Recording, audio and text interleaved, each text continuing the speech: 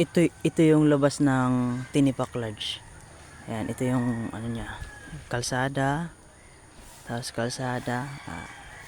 Ayan, ito na po yun. Ayan, welcome.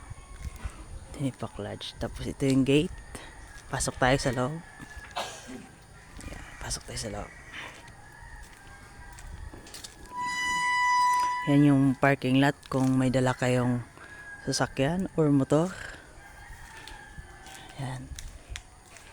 Ito yung loob. Diyan yung terrace sakyan ng restaurant. Yung motor natin nakaparada tapos may bike. Ito yung kubo-kubo. Sa inyong welcome. Sa loob po yan. Ayun yung restaurant. Ayan.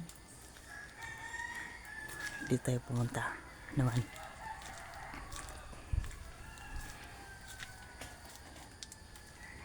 Ito po yung room. Bathala. Yan, may mga pangalan po yan.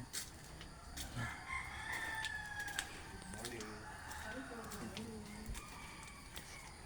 Nalinis na yung kusina natin. Opo. Opo. Bathala. Ayan. Kwarto po yan. Kwarto din yan.